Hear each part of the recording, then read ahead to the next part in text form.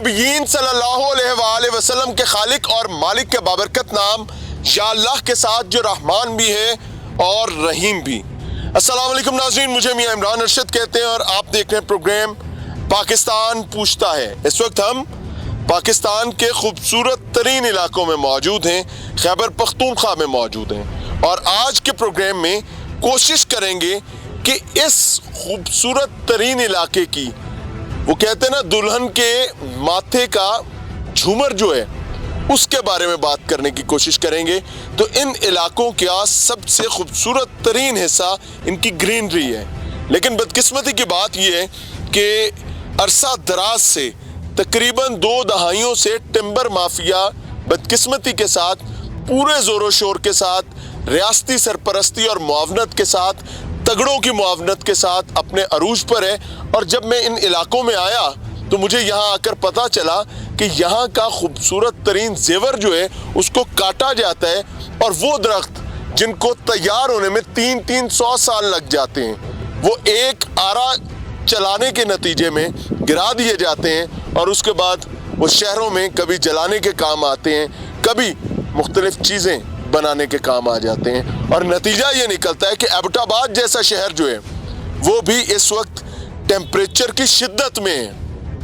यानी एबटाबाद वो इलाका जिसको हम ये समझते थे कि ठंडा इलाका है, वो भी अब मजीद ठंडा नहीं रहा है। ठंडियानी के मकाम पर मौजूद हैं, यहाँ पे भी चीज़ें दिखाएंगे और आज के शो में खैबर पख्तूनख्वा के मुख्तलिफ इलाकों में टिम्बर माफिया की कारस्तानियाँ आपके सामने रख रहे हैं। लेकिन रिक्वेस्ट करूँगा केपी के गवर्नमेंट से कि भाइयों, आप ही वो लोग हैं जिन्होंने बिलियन ट्री सुनामी की बात की थी। पहले मिलियन ट्री, फिर बिलियन ट्री, पता नहीं अब आगे ट्रिलियन ट्री की बात आ जाएगी। लेकिन मैं ऑनेस्टली बताऊं, ये बिलियन ट्री सुनामी का मुझे नहीं पता, लेकिन ये जो टिम्बर माफिया सुनामी आया हुआ है उसने यहाँ के मकामी लोगों की मौजूदगी के बावजूद तमाम निज़ाम को धूल चटवा रहे हैं और ये बड़ी तकलीफ की चीज़ है। तो आए दिखाते हैं। अच्छा जी, ये जिस दरख्त के साथ मैं खड़ा हुआ हूँ ये 1 दिन, 2 दिन, 5 दिन या 5 साल, 10 सालों में तैयार नहीं हुआ था। ये बाकायदा यहाँ से कुल्हाड़े मार के इसको काटा गया आरे के साथ। ये साइड ताज़ा कटा हुआ है और ये ठीक ठाक पुराना दरख्त मालूम हो रहा है। और यहाँ जो बताया जा रहा है कि इसकी सेहत को देखकर और इसकी ताजगी और इसकी एनर्जी को देखते हुए ये महसूस हो रहा है कि ये तकरीबन कम से कम भी 30-40 साल पुराना दरख्त है। लेकिन दिस इज नो मोर, ये अब नहीं है, था। क्यों? क्योंकि टिम्बर माफिया और मकामी मामलात से बढ़ के सरपरस्ती के मामलात के साथ ये लकड़ी यहाँ से जा रही है और हज़ारों दरख्त जो हैं वो अपनी जान गंवा चुके हैं।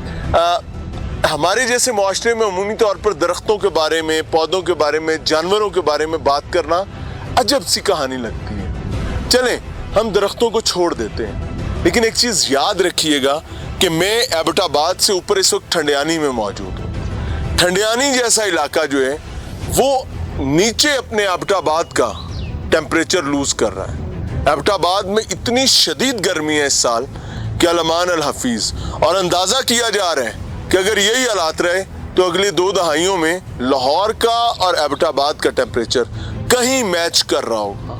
तो it is an alarming thing, a dangerous thing and a thing to ponder about, क्योंकि अगर आज नहीं सोचेंगे तो कल हमारी औलाद को भुगतना पड़ेगा।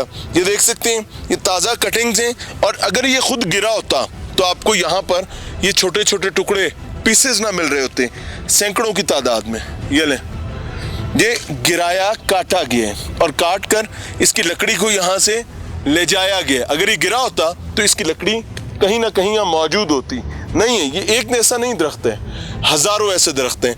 अगर कानूनी बात की जाए तो कानूनी अमर ये है, कानूनी मामला ये है, क्योंकि ये कदीमी जंगलात हैं, तो इन कदीमी जंगलात में गिरने वाले जो दरख्त हैं, गिरने वाले दरख्तों को भी यहाँ से निकाल कर नहीं ले जाया जा सकता, क्योंकि इनके अंदर अपने इनके कुछ बैक्टीरियाज, कुछ हशरातुल अर्ज़ होते हैं जो इन जंगलात की खुराक होते हैं, एनर्जी होते हैं। लेकिन हमारे यहाँ शायद इन चीज़ों का ख्याल नहीं रखा जाता। अल्लाह करे कि हदायत हो। आगे चल रहे हैं, आपको दिखाते हैं।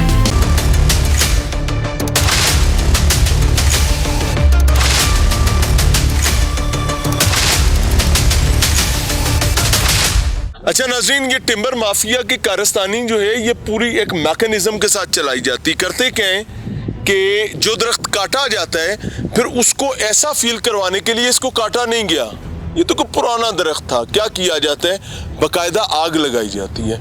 और ये देख सकते हैं आप, उसके लिए उसका एग्जाम्पल जो है वो ये देखें, ये पूरा दरख्त कटा हुआ है और इसको आग लगाकर, मेरा कैमरा थोड़ा दूर है, अगर मैं कोई रिक्वेस्ट कर सकूं जूम इन करके, ये देख सकते हैं, ये जी दरख्त को बाकायदा ऊपर से आग लगा दी गई है ताकि हर देखने वाले को यही लगे कि ये दरख्त तो काटा नहीं गया, बल्कि ये तो कोई पुराना है, ये कोयले का दरख्त नहीं है भाई, ये वही दरख्त है जो सैकड़ों सालों में तैयार होता है। ये वाला दरख्त देखें, इसको आग लगाई गई है, ये देख लें।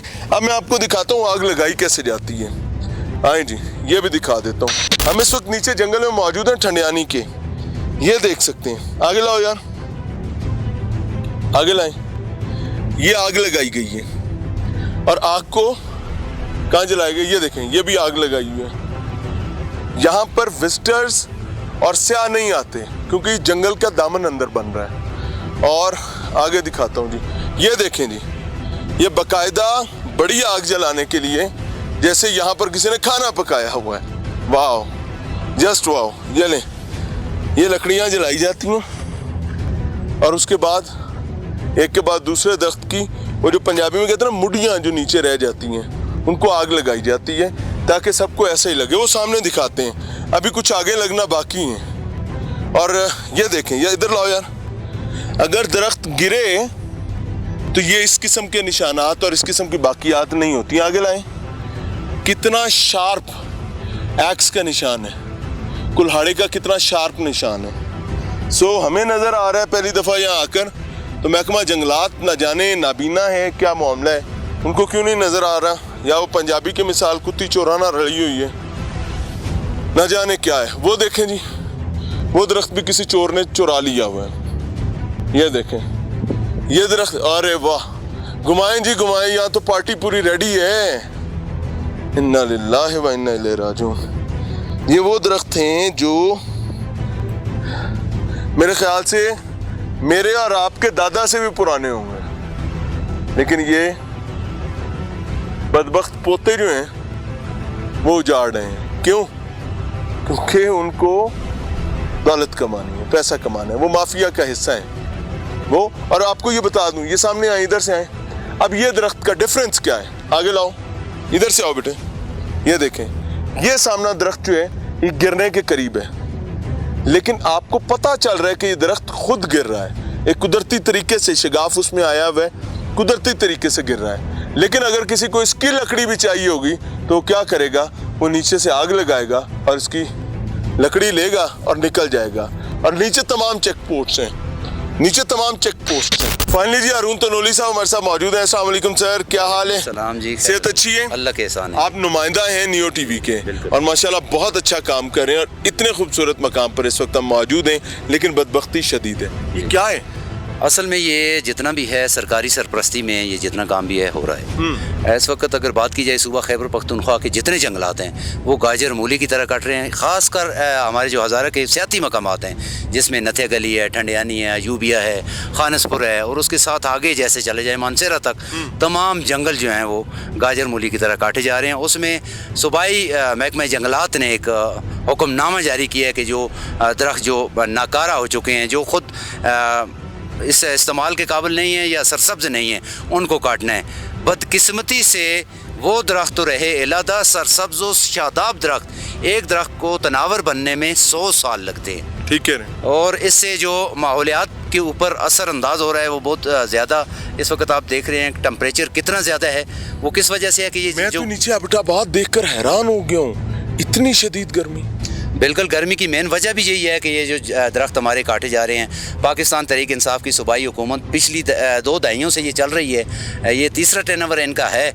उसमें ये billion tree, tsunami, trillion tree, आगे पता नहीं कौन कौन से ये लगाएंगे। सुनामी भी नजर आ रहा है, ज़ाहिर है टिम्बर सुनामी है जिस वजह से ये हो रहा है। 137 दरख्त जो है नथिया गली से सिर्फ काटे गए हैं, 137, और उनको 19 लाख में नीलाम किया गया है।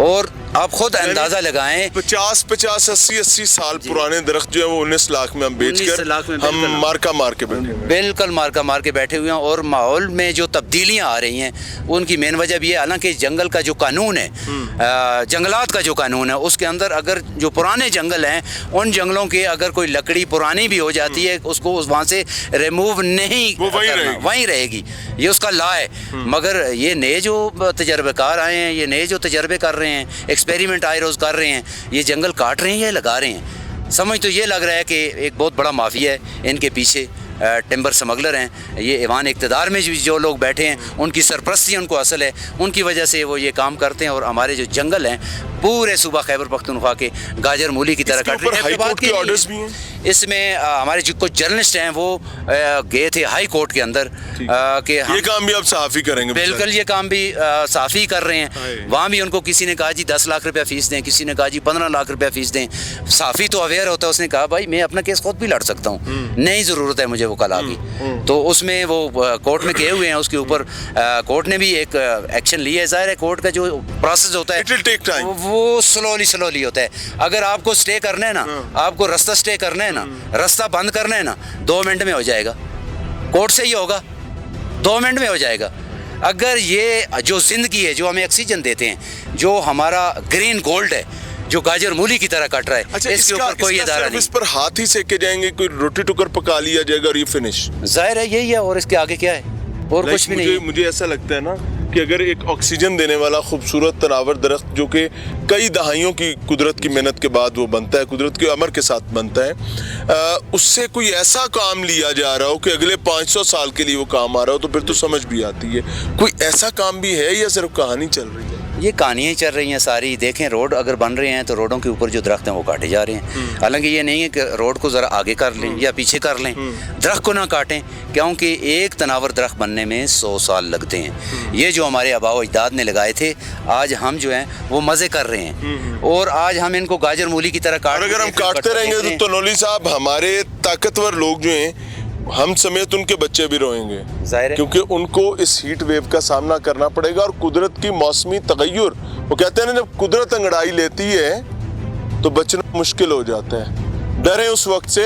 और CM KPK, now you are my friend, अब हमारी दोस्ती हो गई है ना, हो गई है ना। अब तो हम पक्के सच्चे ठक्के दोस्त हैं। तो एक दोस्त का मशवरा माने कि थोड़ा सा काम करें और KPK के जंगलात को महफूज बनाएं।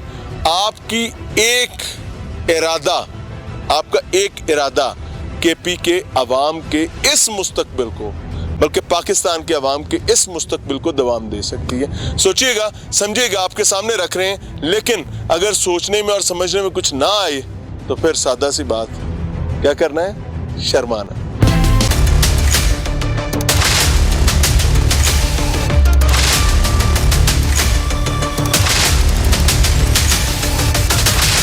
गुज़श्ता ब्रेक्स में टीम पाकिस्तान पूछता है ने खैबर पख्तूनख्वा के जिला एबटाबाद में जंगलात के साथ होने वाली बदबख्ती आपके हजूर पेश की। ये बदबख्ती सिर्फ दरख्तों की गैर कानूनी कटाई के हवाले से नहीं, बल्कि गैर कानूनी माइनिंग के हवाले से भी है। तो आए चलते हैं किस तरीके से कुदरत के खजाने जो कि जमीन के सीने में दफन हैं, उनका गैर कानूनी इस्तेमाल, माजरत गैर कानूनी चोरी हमसे हमारी आने वाली नस्लों के असासों को छीन रहा है।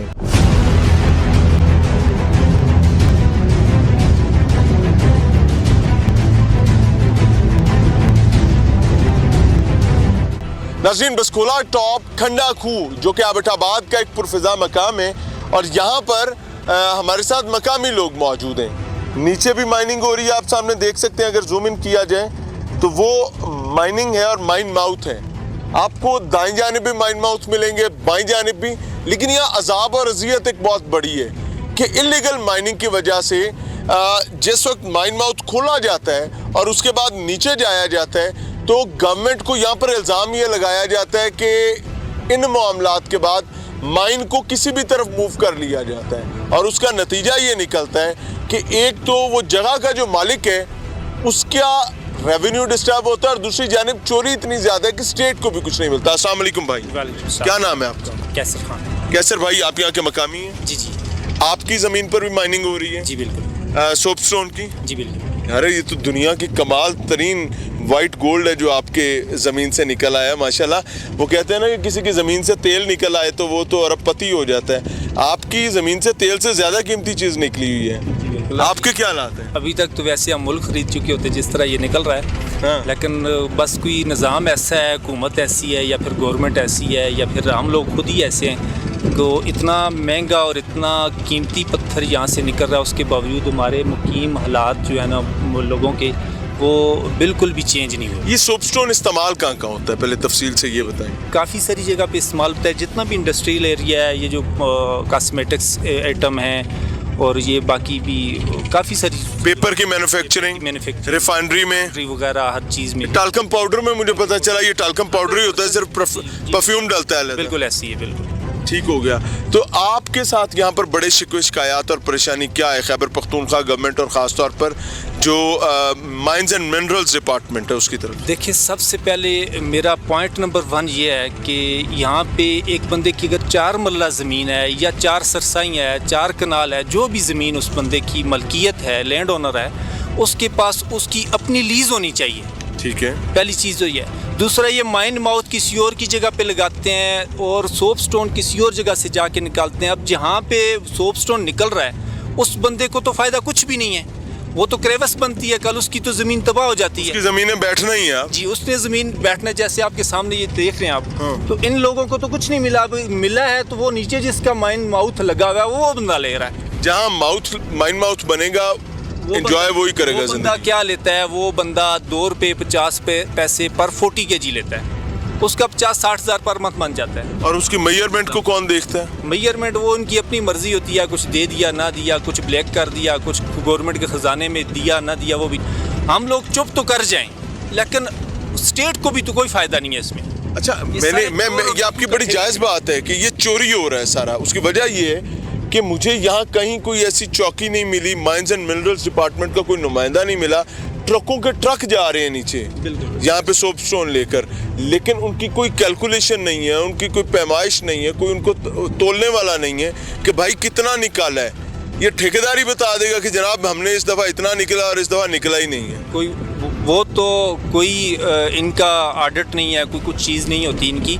और यहाँ पे सबसे मेन मसला ये आ जाता है कि ये ब्लैक कर जाते हैं, ना तो लीज ऑर्डर को कोई फ़ायदा होता है, ना तो स्टेट को कोई फ़ायदा होता है, और ये लोग पैसे बैंकों में भी नहीं रखते। अच्छा, ये बोरों के बोरे भर के अपने अपने जैसे ये ज़मीनों के अंदर जाके छुपा रहे होते हैं। पक्की बात है? पक्की बात है जी, 100% बात है। आज है मेरे साथ, जो भी रेवेन्यू के लिए आता है मैं खुद इनको लेके चलता हूँ जिधर जिधर से पैसा निकलना है। अभी हम जा सकते हैं? जी, माइन के नीचे तो जा सकते हैं, बाकी सिक्योरिटी सख्त होती है। सिक्योरिटी सख्त होती है यार। मैं आपको एक बात बताऊं, केपी गवर्नमेंट और ख़ासतौर पर माइंस एंड मिनरल्स डिपार्टमेंट, यार ये सोना है जो पूरी दुनिया में, पूरे पाकिस्तान का खूबसूरत तरीन कीमती माइंस एंड मिनरल्स के तौर पर जा रहा है। लेकिन ज़ाती कैपेसिटी में अगर पाकिस्तान की बात की जाए तो भाई ठेंगा है। तो जब ये ठेंगा आ रहा है और आपके सरकारी मुलाजमीन चोपड़ियाँ तो नाले 2-2, तो भाई ये तो शर्मिंदगी की बात है। आगे चल रहे हैं, आपको दिखा रहे हैं। अभी मुझे भाई ने बताया कि यहाँ पर ज़मीनों के बड़े मसाइल ख़राब हो गए हैं। अस्सलाम वालेकुम चाचा, क्या हाल है? ठीक है। यहाँ खेती बाड़ी किया करते थे? ठीक है, हाँ जी। हाँ जी। अभी क्या हालात हैं? अभी कुछ भी नहीं है, बस तो ना कोई ज़मीन का किराया देते हैं ना और कुछ। उनके साथ झगड़ा करते हैं तो रिपोर्ट करके थाने में रख देते हैं। अच्छा जी। हाँ, बस। तो इधर ज़मीन बैठने का मसला भी है? बैठने का मसले की वजह से हमने उनसे बात की है कि यार को हमको किराया दो, ज़मीन बैठ गई। तो कॉन्ट्रैक्ट नहीं करते पहले? नहीं क्यों लाला कॉन्ट्रैक्ट नहीं करते? कॉन्ट्रैक्ट ऐसा कोई भी नहीं है जी, अपनी मनमानी करते हैं। तो जब भी इनके साथ कोई ऐसी बात करें तो रोकने के लिए आए तो उसके साथ ही ये पुलिस पर रिपोर्ट करके उसको थाने में लगा देते हैं, केस बना देते हैं। नोट चलता नहीं चलता? नोट उधर चलता है। क्या कह रहे हैं आगे हैं? कायदे-ए-आज़म तो बानी पाकिस्तान है यार, वो तो कमाल आदमी है। उनकी तस्वीर जो है ना पूरे मुल्क में चलती है। खासी मतलब है, कायदे-ए-आज़म बाबा को तो नहीं दे सकते, हमारी कोई भी नहीं सुनता। राजून आगे चल रहे हैं, आपको दिखा रहे हैं। और ये सोपस्टोन की माइनिंग के हवाले से बात की जा रही है।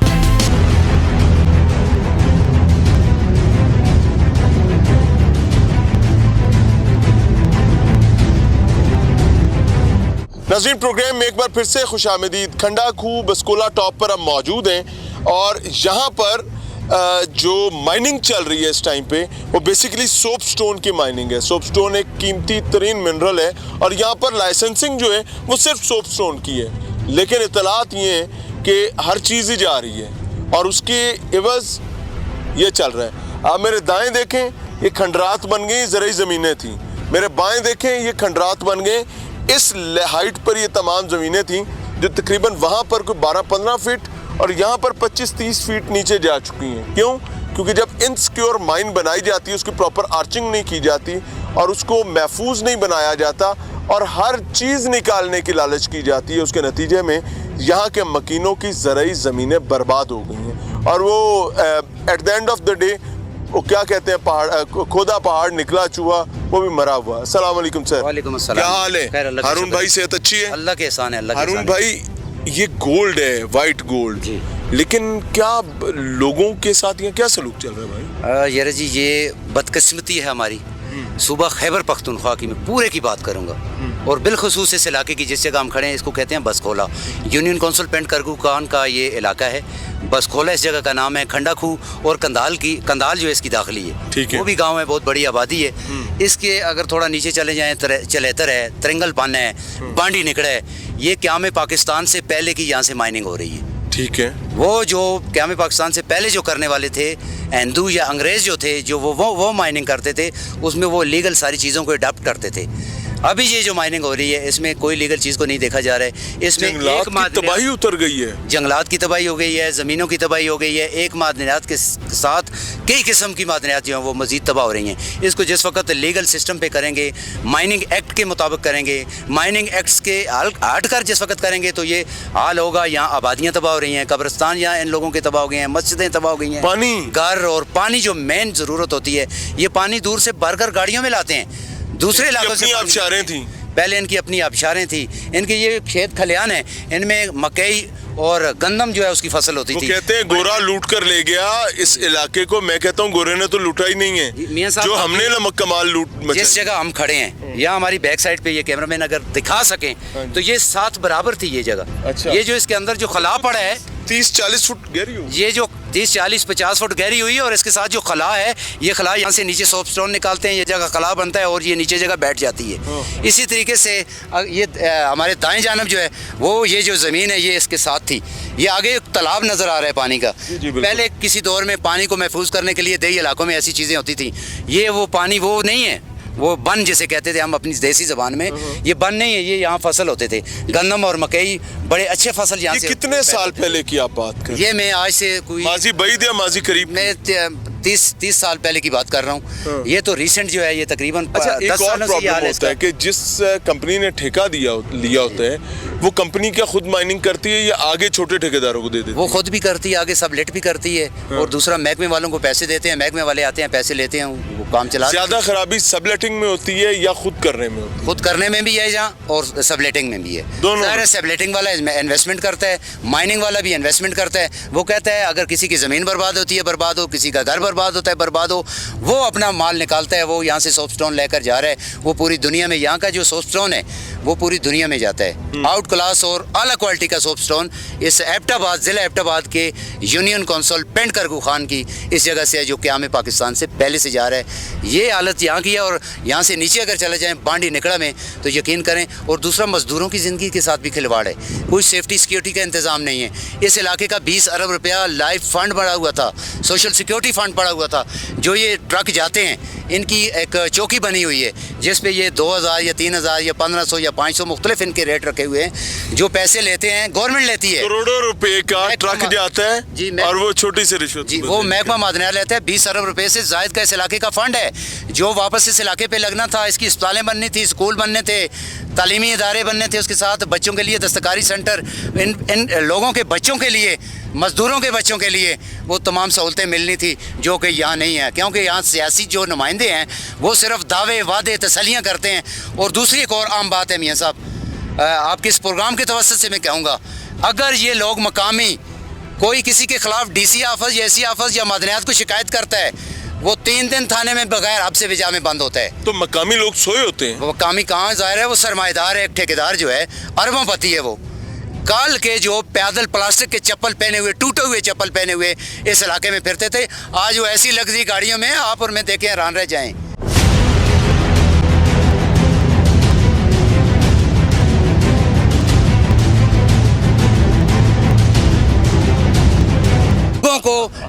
गरीबों को लूट कर उन्होंने ये माल हड़प किया है। अब इन गरीब लोगों की जिंदगियां जो है जीर्ण कर दी हैं। रात को सो नहीं सकते, छोटे छोटे बच्चे रात को आधी रात को उठ जाते हैं। ये ज़मीन के अंदर जिस वक्त ब्लास्टिंग करते हैं, पूरी इनका जो घर हैं वो हिलते हैं। ब्लास्टिंग के लॉज हैं बकायदा, ऐसे अंधों की तरह ब्लास्टिंग थोड़ी की जा सकती है। अंधों की तरह हो रही है, कोई पूछने वाला नहीं है, सब अच्छा की रिपोर्ट है, कोई महकमा चेक नहीं। पुलिस जो है खासकर उसको आते हैं, पैसे देते हैं, लोगों को पकड़ कर ले जाते हैं। यानी इसका मतलब है कि एबटाबाद में जो माइंस एंड मिनरल्स के हरामखोर अफसरान हैं अगर हैं तो वो रौसा बन चुके होंगे। रौसा इतने एक एक क्लर्क को देखें अरबोंपति बन चुके हैं। उनका एंटी करप्शन जो है, जो महकमा करप्शन की इंसदाद के लिए, वो खुद इसमें मुलव्वस है। वो खुद कहते हैं हमें पैसे दो यार, हमारा ऐसा हमें दो। मदनियात कहती है हमारा ऐसा हमें दो। इंतज़ामी अफसरान कहते हैं हमारा ऐसा हमें दो। जिस वक्त ऐसे बखरे होंगे तो इन इलाकों के गरीब लोग जो हैं वो सिसकेंगे। हम बतौर सहाफ़ी जो आवाज़ उठा सकते हैं, बता सकते हैं। बाज़ औक़ात हम भी स्पॉट पे जाकर बताते हैं तो लोग ये कहते हैं कि यार ये कोई मैनिपुलेट कर रहे हैं। खुदा की कसम ये मैनिपुलेट नहीं है, ये मैनिपुलेट नहीं, ये गड़ा मैनिपुलेट नहीं है। ये खंडा खूह के अवाम ने नहीं खोदा है, यहाँ बसखोला के अवाम ने नहीं खोदा है। ये यहाँ से नीचे सोप स्टोन निकला है और टनल के ज़रिए जो गैर कानूनी लगा हुआ है, जिसको बाकायदा उस क्लासिफिकेशन के मुताबिक नहीं किया गया है। माइनिंग एक्ट मौजूद है, क्या हमें पाकिस्तान से पहले का माइनिंग एक्ट है उस पर भी अमल नहीं हो रहा है। ने वो बदबख्ती नहीं की जो हम कर रहे हैं। बिल्कुल, वो कौमें तरक्की करती हैं। साहब लाल है भाई, लाल है, जेड़ा बनो लाल है। केपी में जिस चीज़ को हाथ लगाओगे ना वहाँ पर आपको बदबख्ती मिलेगी। सिर्फ देखने वाली नज़र चाहिए।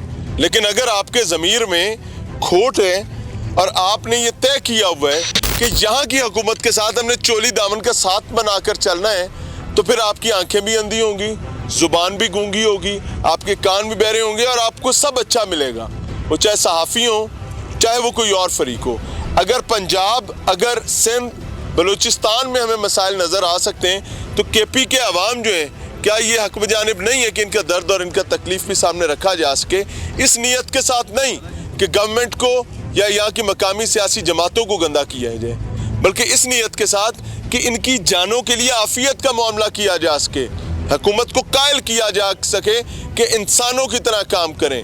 यहाँ पर इस इलाके में जहाँ मैं खड़ा हूँ, गोरा माइनिंग करके गया हुआ है, लेकिन ये कमाल माइनिंग है जो आप कर रहे हैं। People don't have water to drink, उनके चश्मे बर्बाद कर दिए, लोगों की ज़राअत तबाह कर दी है, लोग माल मवेशी नहीं रख सकते। बताया गया पूरा ट्रक गाड़ी अंदर चली जाती है, अचानक से माइन बैठी। भाई आप लोग सो रहे हैं और फिर ठेकेदार, वो मर गया गरीब आदमी, उसको लाख, 1.5 लाख, 2 लाख। कोल माइंस में भी हम गए थे, लाखड़ा कोल माइंस, वहां पर भी ये बात थी, यही अजाब था कि अगर माइन बैठ गई वहां। ऑनेस्टली आपको बताऊं कि माइनर्स के साथ हमारी बात हुई तो माइंस में काम करने वाले लोग हमें बताते हैं कि यार लाख, 1.5 लाख रुपया मिलता है महीने का। एक कारीगर जिसने सबसे आगे माइन में उतरना, वो कितना कमा लेता है? डिपेंड करता है प्रोडक्शन पे, सीजन पे। कम से कम मरे से मरा भी लाख रुपए से तो ऊपर से कमाता है आम लेबर जो है यहाँ पे। अच्छा, और उसके बाद जाओ दफा हो जाओ, यहाँ से निकल जाओ। क्यों? क्योंकि तुम्हारी हुकूमत इस काबिल नहीं है कि वो जालिम के खिलाफ मजलूम के लिए मुआवनत का काम कर सके। तो जब हुकूमत नहीं करेगी तो फिर गरीब आदमी मरेगा, सिसकेगा, तड़पेगा। लेकिन अगर अना में आ जाएगी तो बेहतरी नहीं आ सकती। कुछ काम करना है तो उमर फारूक रजी अल्लाह ताला अन्हु से सीखें, जिनसे सवाल किया गया कि ये एक चादर माले गनीमत में आई थी, आपका सूट तो पूरा नहीं होता, ये दूसरी कहाँ से आ गई? तो उन्होंने अपने बेटे को खड़ा किया और उससे जवाब मांगा कि इन्हें जवाब दो। आगे आ जाए जी। बेटे ने जवाब दिया, जिस पर जाकर अमीरुल मोमिनीन की जान छूटी। आप तो उनकी जूती के बराबर नहीं है, ना हम हैं, लेकिन हमारा अना जो है वो इतना बड़ा, फ़िरौन भी क्या अना रखता होगा। अलमान अल हफीज़ जी। भाई इस तरह बात है कि हम लोग जब भी मतलब अपनी शिकायत दर्ज करते हैं महकमा मदनियात में, तो एडी मिनरल के वो बंदा एडी साहब हैं, नवीद साहब, जो मुझसे रखे हैं, उन्होंने इधर आए, मौका आए, मुझे बोला है कि आइंदा के लिए डिपार्टमेंट को दरख्वास्त दी तो आपको उठा के बंद कर दिया जाएगा। क्यों? वो उनको बताना था कि तुम मेरे नौकर हो, तुम मेरी तनख्वाह से चलते हो। हम गरीब आदमी हैं, आप आज टीवी पे चल रहे हैं, कल क्या पता थाने के थ्रू हम लोग बंद हों। क्यों? अगर ऐसा मसला हो भाई, आप नंबर रखें, यू विल कॉन्टेक्ट अस, आप हमसे रब्ता करेंगे। नवीद साहब फिरौन बनने की अगर कोशिश कर रहे हैं आपके मुताबिक, वो खुदा नहीं है। इधर ठेकेदार जो हैं, ठेकेदार हमारे साथ बदमाशी कर रहे हैं। क्या कहते हैं? बोलते हैं कि अगर तुम्हारे साथ अभी दूसरे तरीके से निपटेंगे दरख्वास्त वापस नहीं ले अभी नहीं। एसी ठेकेदार साहब, मैं आपको एक चीज बताऊं, गोश्त पोस्ट के इंसान हो यार, कैसी बातें करते हो हैं? ये बड़े बड़े फिरौन टुर गए चले गए यार, तुम क्या चीज हो हैं? धमकियां देकर क्या निकाल लोगे भाई? ये तुम्हारा बच्चा, ईमानदारी से बताऊं, अगर तुम्हारा बच्चा कोई अजीबो गरीब किस्म का निकल आया, जब तुम कमजोर हो जाएगा, तुम बिस्तर पर पड़ा होगा, तो शायद ये तुम्हारे पास जूता तक नहीं लेकर आएगा। तुम्हारे रोटी पानी के लिए भी तुम्हें बंदा चाहिए होगा। कैसी बातें करते हो? कितने मर गए, जाकर अपने अजदाद से ही पूछ लो, उनकी आज क्या हालात हैं। कब्र खोल के देखो, शायद हड्डी भी नहीं मिलेगी। तो तुम्हारा हमारा भी वही हाल होना। तो किस बात की धमकियां, कितना निकाल लेना? ये निकाल तो रहे हो नीचे सारा, और क्या निकालना चाहते हो? और तुम्हारी मेरी बहैसियत इंसान औकात के हैं। अल्लाह से डरो यार, जाओ अपना काम करो।